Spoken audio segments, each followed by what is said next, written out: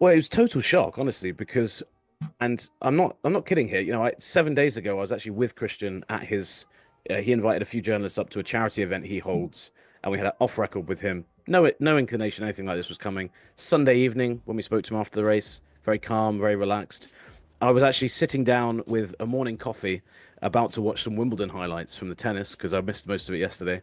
And I got a text from someone saying, "By the way, I think Horner's been sacked, and the announcement's coming in 45 minutes." So I was like, okay, might have to reread this one and kind of, process it. And it was similar to yours. It was shock.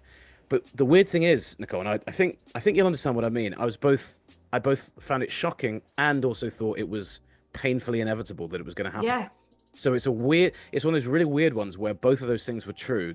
Shocking Mhm. because of the timing of it and just dropping in the middle of an off week, like you mentioned. There's no race this week. We've got 2 weeks off until Spa. Usually these weeks go pretty quietly. Me and Lawrence were joking about how we're going to manage to filter content through for 2 weeks. Like, let's make sure we don't run out. I think we're fine now. You're good. I think we're going to be good.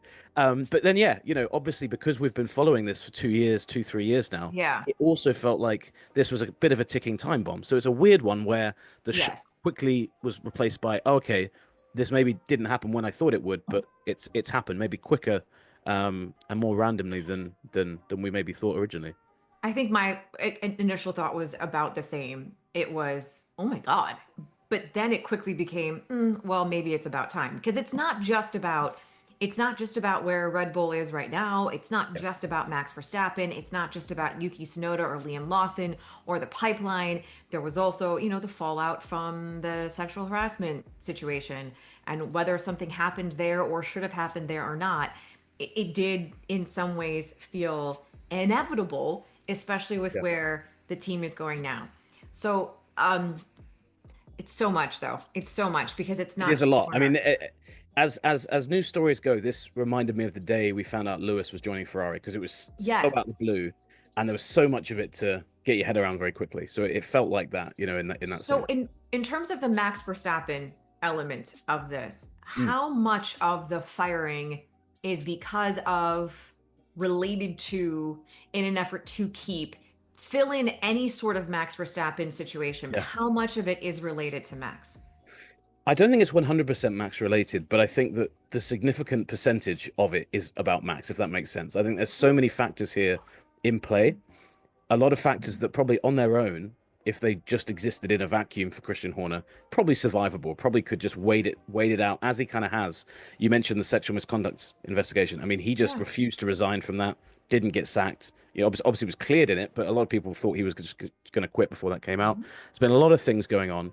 But the Max Verstappen thing is He was related. cleared in it by an investigation that may not have been quite so independent. Well, yeah, it was an independent investigation in terms of it was done independently of Red Bull, and so was the appeal. But I mean, Yes. but we never saw any of the documents for that, so I can't Yes. comment on the veracity of it. But obviously, that then meant he could turn around to Red Bull and say, "Well, I've been cleared in that," So Right. without knowing what happened there, but a lot of people felt at the time that he would either step down, he would have just been sacked outright before that happened. You see that happen quite often, or Mhm. suspended. None of that did happen. So I think he got quite lucky that he didn't even get suspended during that period. But in terms of the Max Verstappen question, I think that this relates to what is probably the second other biggest factor behind all of it. You can talk about all the turmoil behind the scenes. Ultimately, in the last 6 months, the performance of Red Bull has just fallen off a cliff. And that has opened up this storyline about Max leaving or potentially leaving with this clause.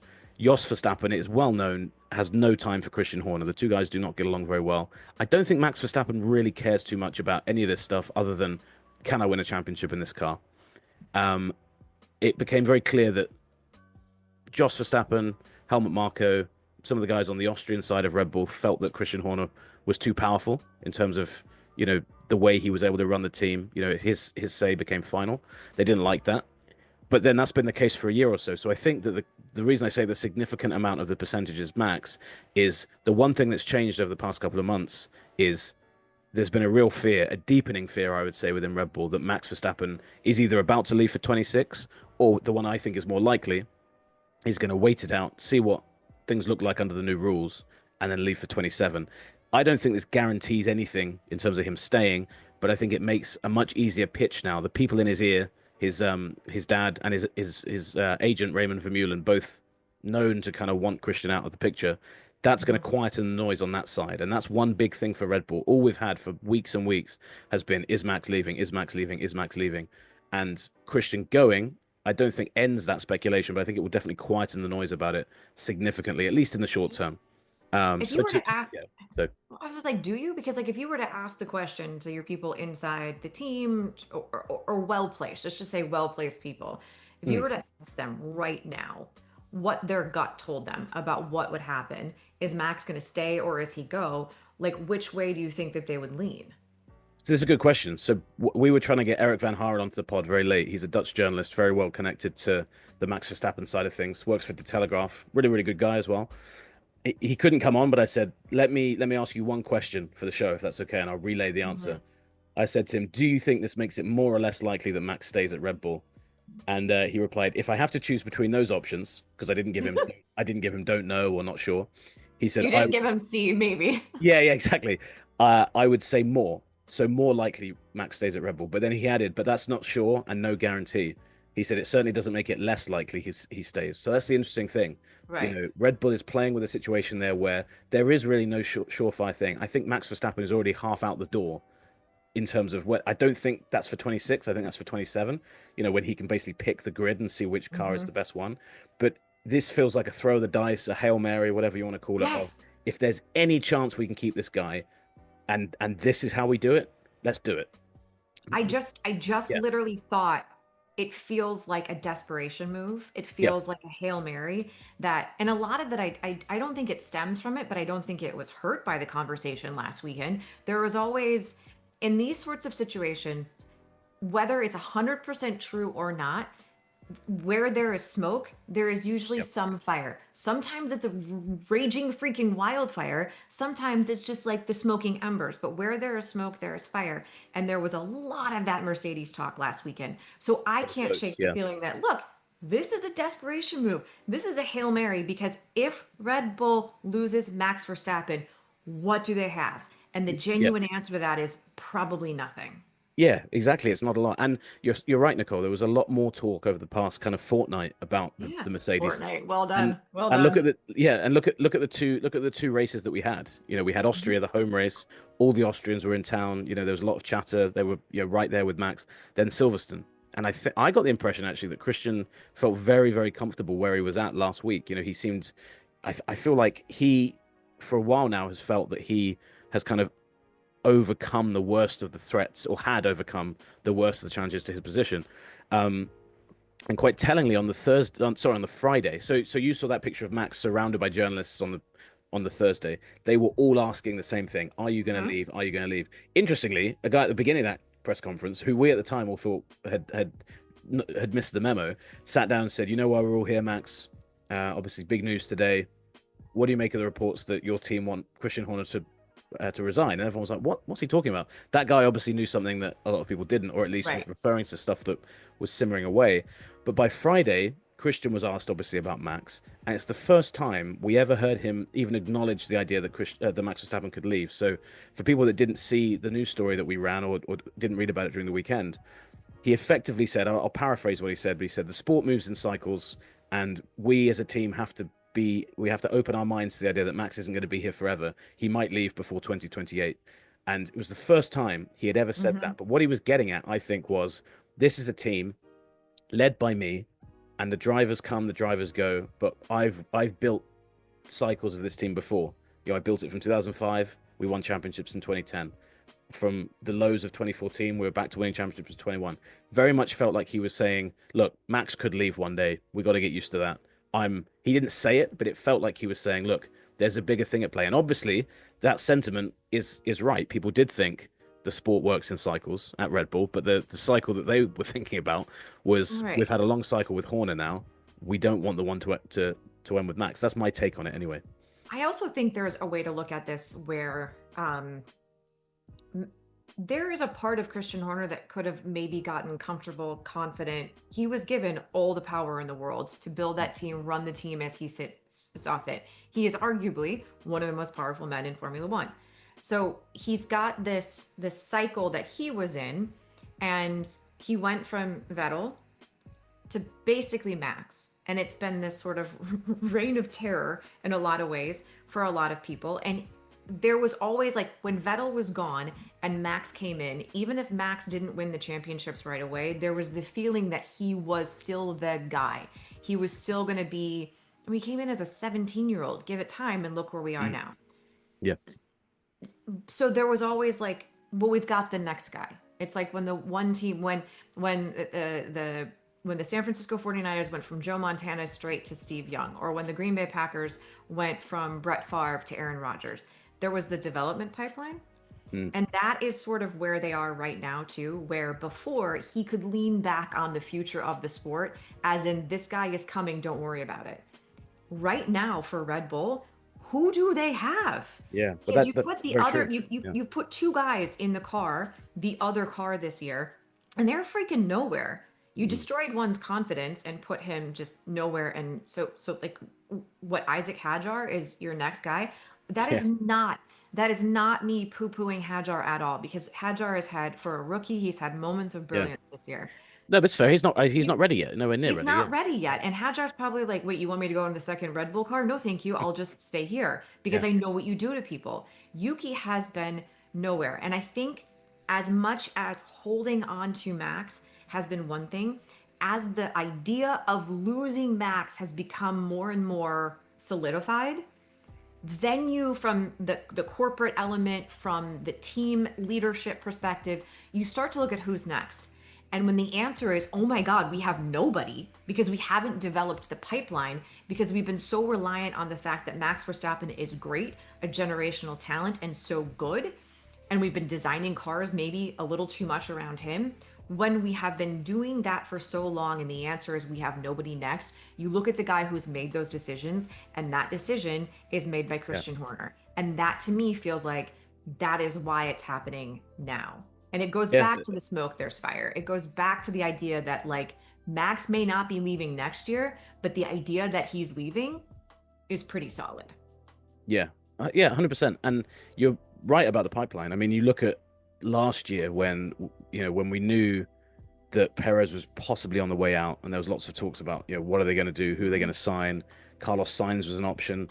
Let's not forget, but hopefully, this was going to be a very Nico Hulkenberg centric show until this happened. I know, I feel bad. I know, yeah, I know. But look, Hulkenberg was there as well for a little bit as well. They could have signed him. He was very open about talking to other teams, and I know for a fact that Max Verstappen is a big fan of definitely of Hulkenberg. Maybe less Yeah. so.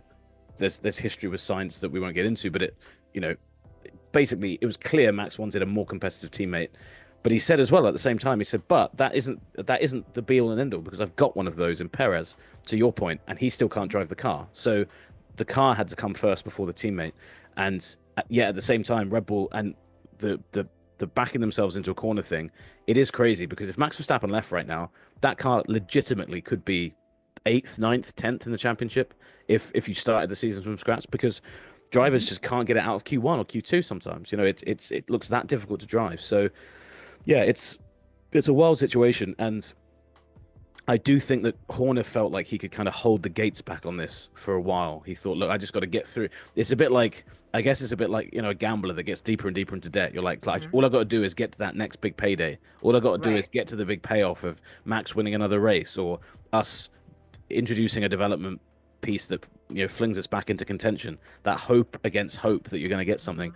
And the further it got, the further away from Red Bull kind of being back to their old self you felt they could get. So yeah, I think that's there as well. The big interesting point for me as well, and without going into too much of this, I think your point there that you made, Nicole, is a really good one, because the Thai ownership has 51% of Red Bull. We've said a few times, haven't we? The only way Horner's ever going to leave is if he loses the support of those guys.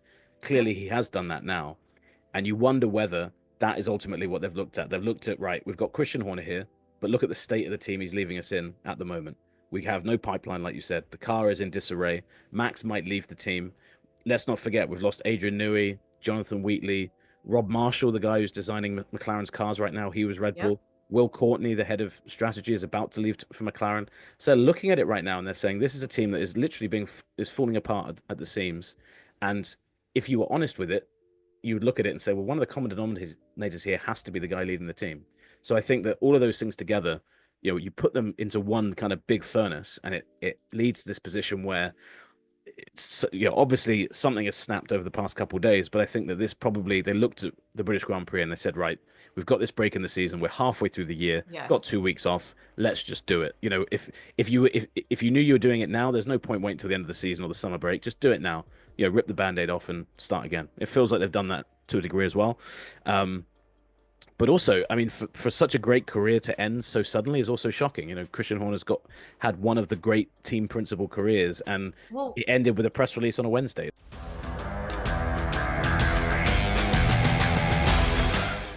do you think his career is actually done? Do you think that, like, because to me, there are, you could say all that you want about the things that maybe haven't gone right recently for Red Bull, Yeah, but he has that track record. He yeah, has that track record of success with the team championships as well as the driver championships and some really great drivers, and at times the development of drivers, just maybe not right now. So it's one of those conversations where we've said this many times about Max Verstappen. If Max Verstappen comes onto the open market, there is not a team on the grid that doesn't yeah, say we're 100%. making a play at it. Yeah.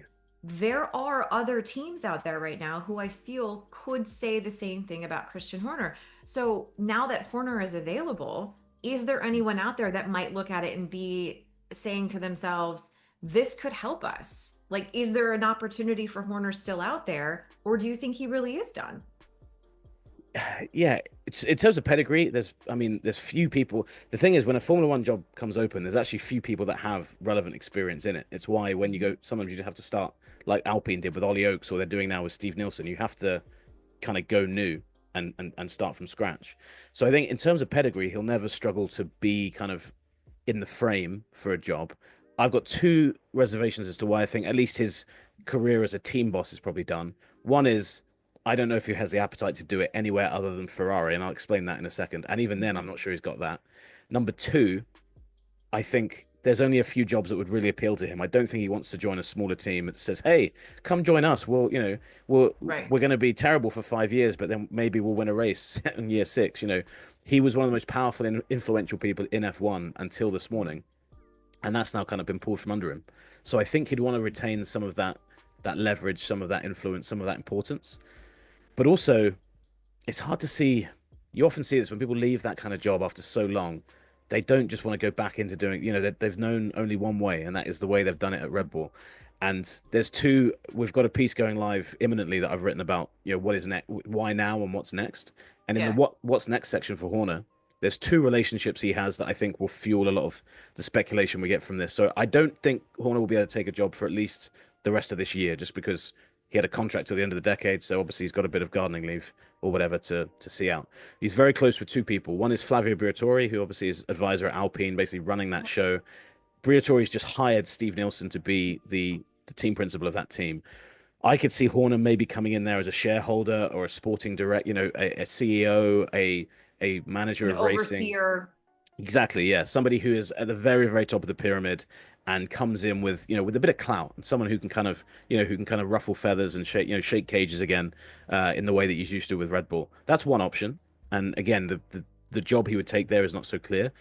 Where there is a definite clear, this is the job you will take, it would be Ferrari. He's good Mhm. friends with John Elkann, who's the chairman. He has flirted with that job a bunch of times. So Ferrari approached him in 2014. They approached him really seriously in 2022, and Christian really seriously thought about it as well. There was a Red Bull actually then upped his bid and Yep. upped his contract, and that's the contract that he's currently on, is to the end of the decade. So the talks worked out well for him. I think his reservation there has always been at Red Bull. He was basically the most powerful person in the company, bar Dietrich Mateschitz. And when Mateschitz died, Mhm. there was an argument he was the most powerful. At Ferrari, if you're the team boss, you are basically at the whim of the chairman, of the media, of Mhm. all kinds of people at Fiat who come and stick their neck in. And you, as much as you're powerful and you're influential, you're also kind of just a bit of a puppet in the whole Ferrari system. And that, Mhm. of all the people I've ever covered in Formula One, that is one thing I don't think Christian Horner would ever want to to be. Not saying he wouldn't be. I think if Fred Vasseur got sacked at the end of this year and Ferrari said, "Do you want to take the job?"